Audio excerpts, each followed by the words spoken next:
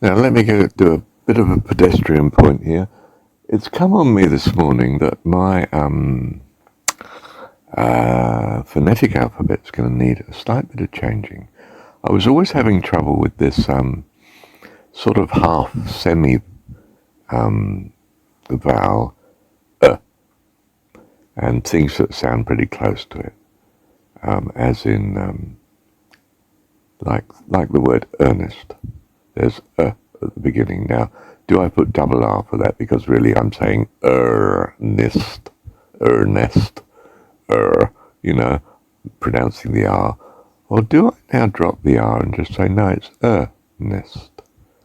So I would spell it E-U-N-E-S-T, say. And I think that's more rational because I'm not emphasizing the R as in ran. I'm not somehow saying nest. I'm not emphasizing. It's just it's almost a sort of fantasy partial vowel, not too clear, not too distinct.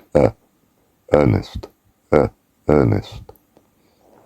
Okay, so I'm dropping my double R use of indicating the sound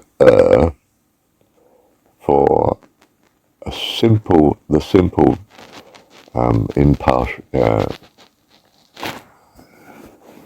simple partial sort of vowel of not too clear, not too distinct.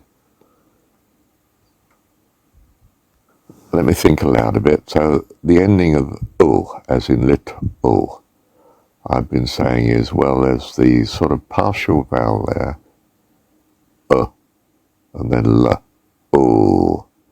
And I've said, well, I could indicate that there is that partial vowel simply by putting double L. So I spell little as L-I-T double L. And I think I should change it to L-I-T-E-U-L,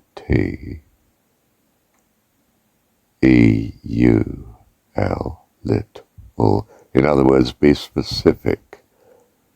Unfortunately, it means two-letter writing instead of one. I need another symbol, really.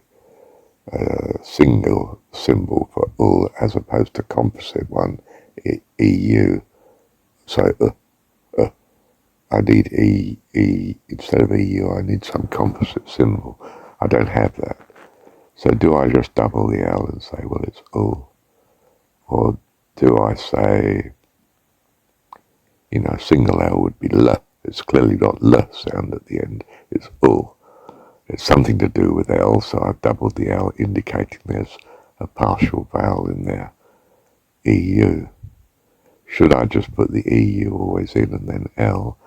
Now means I've got three letters instead of two for a single sound. Ooh. Not happy about that. So I think I'll stick to the rule of doubling letters, indicating that the partial vowel is there. What I'm not going to do, or rather what I am going to do, is change the double R rule, meaning as in letter,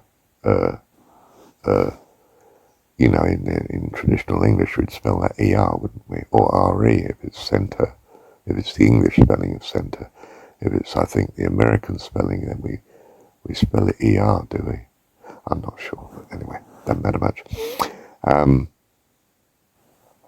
So I think, like the word earnest, I don't think we sound the R too much as earnest.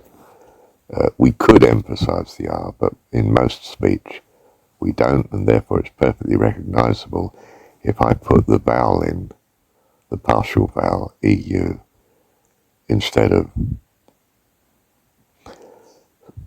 presupposing the necessity of putting the R in, and therefore the double R, demeaning the partial vowel and the R sound. I think the R sound can just be forgotten, and is most of the time in talking.